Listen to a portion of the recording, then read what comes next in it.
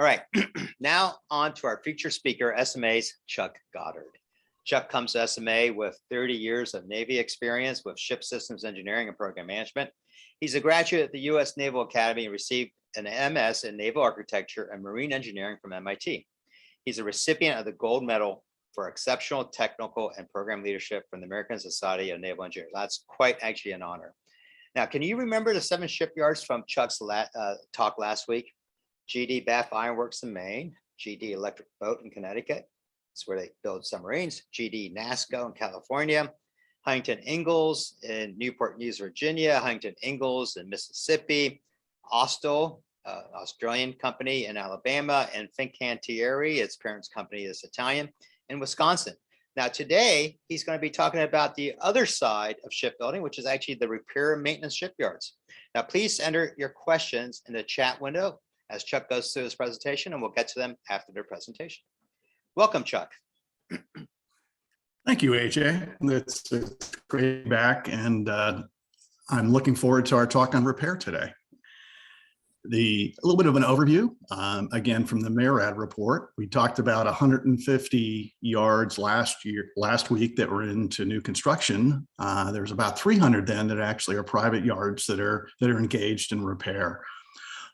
In order to do naval repair, though, you have to be certified by the Navy via Master Ship Repair Agreement, which is really a certification they have to go obtain. And it's based on the quality of their facilities and the qualifications of their people. Now, the folks that are doing naval ship repair have really been consolidated. As we kind of saw on the new construction side, we now have BAE, NASCO, and Triton that have acquired portfolios of shipyards that are in naval ports on both the East and the West Coast. In addition, though, there are 4 public yards that are focused on the repair, but they're really focused on the nuclear submarines and the aircraft carriers. So the nuclear repair work largely gets done in our public shipyards. So first, let's take a look at those private shipyards, and then we'll take a look at our public. First of these is BAE, yes, the British aerospace company. We have a subsidy here in the States that have 3 repair shipyards, the first of which is in Norfolk. Obviously where naval base on the East Coast is. They employ about 1,000 to 1,200 people there. Notice there's a range that we now talk about in repair yards because their workload fluctuates a lot more than a new construction, and so their employments go up and down. They're a fairly good sized yard. There's 4 piers, there's 109 acres, and then they have 2 floating dry docks, one that's a little bit over 52,000 tons to take everything other than an aircraft carrier, and then a 14,000 ton. And in the picture to the upper right is a picture of the yard in Norfolk. And there's a large deck amphibious assault ship that's in a floating dry dock, as you can see sitting up on the water next to the pier. At one time, interesting, BAE actually had 5 shipyards that they operated. In addition to the 3 we're talking about today, there was one in Mobile, Alabama, and one in Hawaii, which they have since divested themselves of.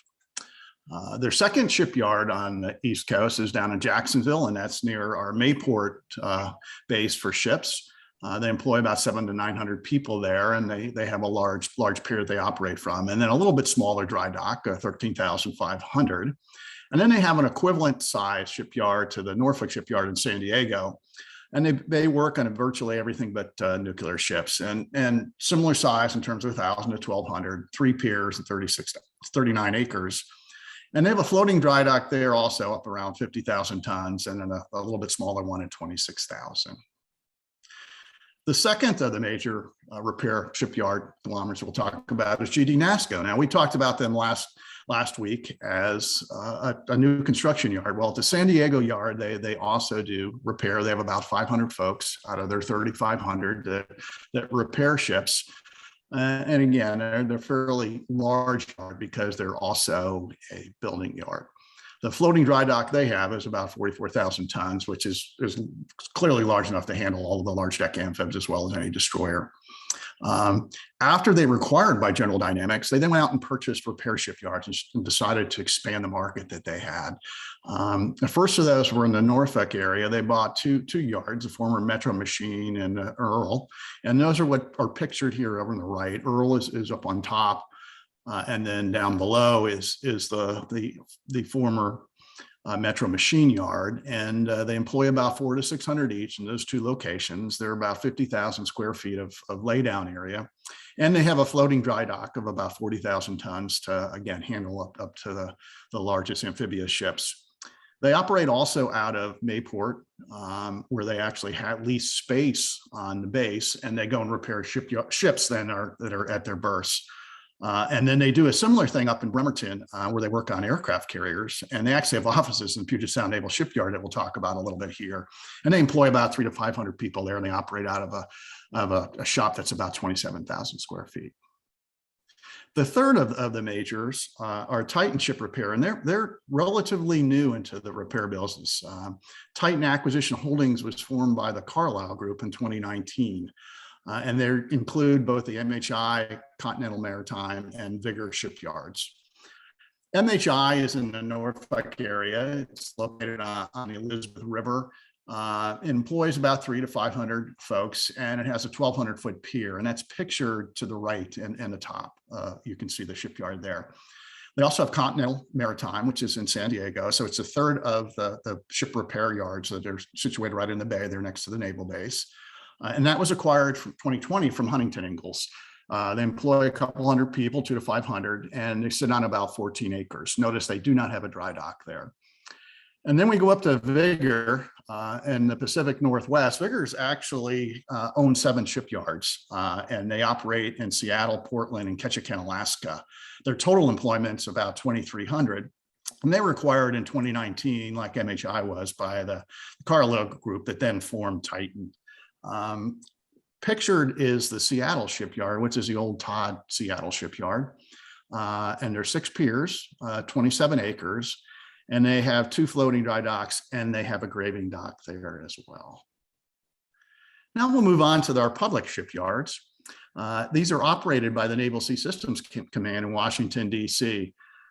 They used to build ships, and they got out of the shipbuilding business as the private started to fall off. And so the nation got them out of building ships and turned those strictly over to the privates. But originally they used to build all of the lead ships and prove out the design, and then they'd go build some of them in the private yards.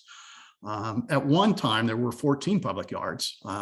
Unfortunately, only 4 remain. And as we talked about a little bit earlier, they're focused on the overhaul of nuclear-powered ships. The 10 inactive include shipyards at notable locations such as Brooklyn, New York. In 66, she was closed. Hunters Point in San Francisco, and then Boston in 74. And pictured to the right is actually the Brooklyn Naval Shipyard.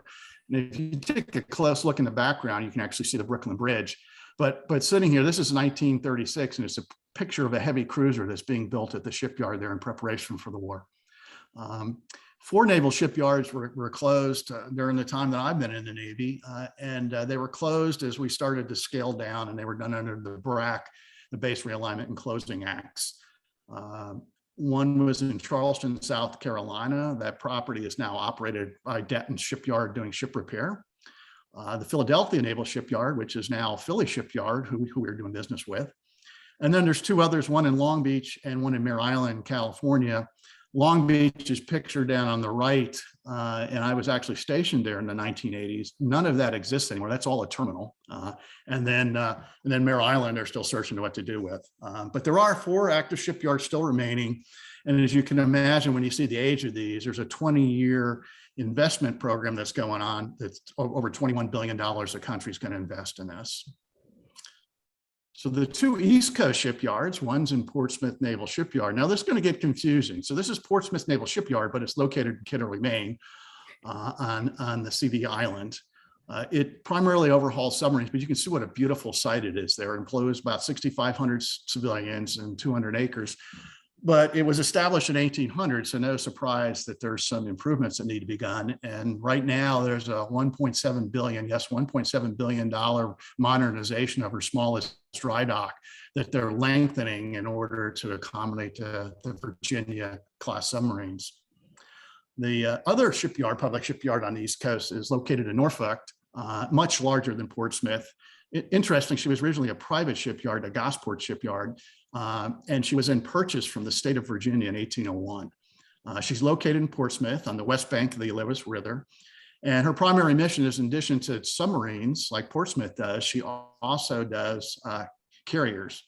But this is where it gets confusing, right? So she's located in Portsmouth, but she's called Norfolk Naval, and Portsmouth is located in Kittery, Maine, but she's called Portsmouth. They have 11,000 employees there. They about 465 acres, and they have 5 graving docks. They actually have 7. 2 of them have been activated. And dock number 4 is undergoing about $200 million of renovation there. And then finally, there's 2 more shipyards, one on the West Coast and then one in Hawaii. The largest of the public shipyards is located in Puget Sound Naval Shipyard. And this is in Bremerton, Washington. And in addition to doing submarines and aircraft carriers like Norfolk does, also is the one that the deactivation of our submarines and the defueling of those. And so she's the largest. She employs about 13,500 civilians. She sits on about 180 acres, and she has 6 graving docks as well. Most importantly to the country, she has the only dock on the West Coast is capable of docking a nuclear powered aircraft carrier. And so there's some renovations that are planned for that for seismic. And then we go out to Pearl Harbor. Congress established a shipyard in 1908 in Hawaiian territories, and she's located on East Lock of Pearl Harbor near Ford Island. Her primary mission is to repair and modernization of surface ships. So she does surface ships in addition to submarines because of her strategic location out in the middle of the Pacific. She employs about 6,000 civilians. She sits on about 140 acres, and she also has 4 graving docks. Now, one interesting factoid, if you look at the picture down the bottom of Pearl Harbor, there's a saying there, no ko'oi. That in Hawaiian means number 1.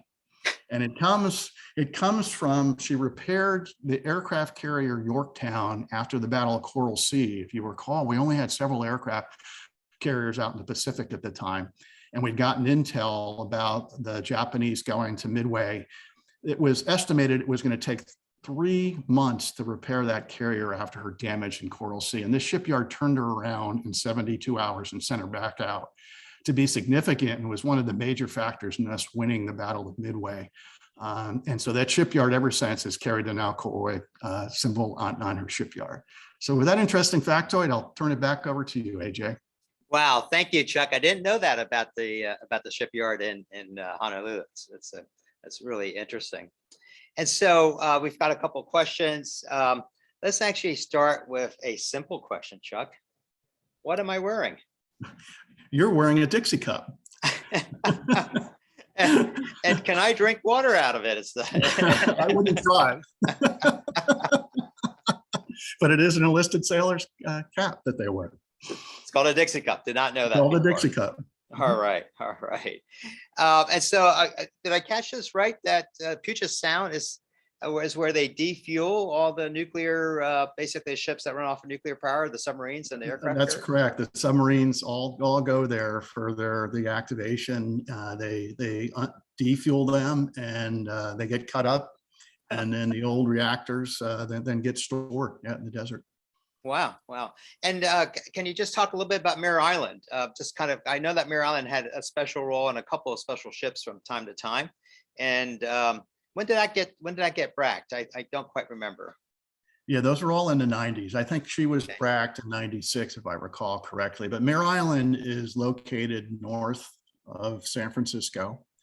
And she was primarily into the repair of submarines, but in earlier days, she actually did construction. And she did the conversion of a submarine that our own admiral had command of. And Ben talked a little about that in his talk. So it was a very, very special submarine that did some special missions that was actually converted there, which AJ brings up a good point. We say repair, overhaul, and modernization in our naval shipyards. The repair is obvious if we have like a structural repair that has to get done. And overhaul is every 5 or 10 years, things wear out and then have to get refurbished, right? But a modernization or conversion is something like parts you went through, where we'll completely change the mission or upgrade the mission of a ship. And that's also done in our public yards. I imagine those overhauls actually probably keep those ships in the yards for a fairly long time. Yeah, some of those, the overhauls can typically last 9 to 12 months. When you put modernization in it, like the destroyers, it's well over a year that get done. Now, Chuck, have you ever been in Dublin? I have. Yeah. Did you get a chance to see the shipyard where they built the Titanic? I did not. Harlan and Wolff. I would have loved to have gone there. Yeah, they have actually. I had a chance to go pay them a visit. They have this incredible museum there. Actually, you could. I mean, I probably spent about 2.5, 3 hours. I'm sure with your background, you could probably spend the entire day there. It was just a fabulous experience. So if any of you, Yeah, are I there. love to. I thought you were going to ask me if I'd been to Portsmouth Naval Shipyard in England, the original Portsmouth Naval Shipyard. Where were you? Have you been there? Yes, I have. Wow. Okay. And I want to talk a little bit about the British, since we're all talking about the US. The Brits actually have their own shipbuilding program, right? And they're one of the more active nations around shipbuilding.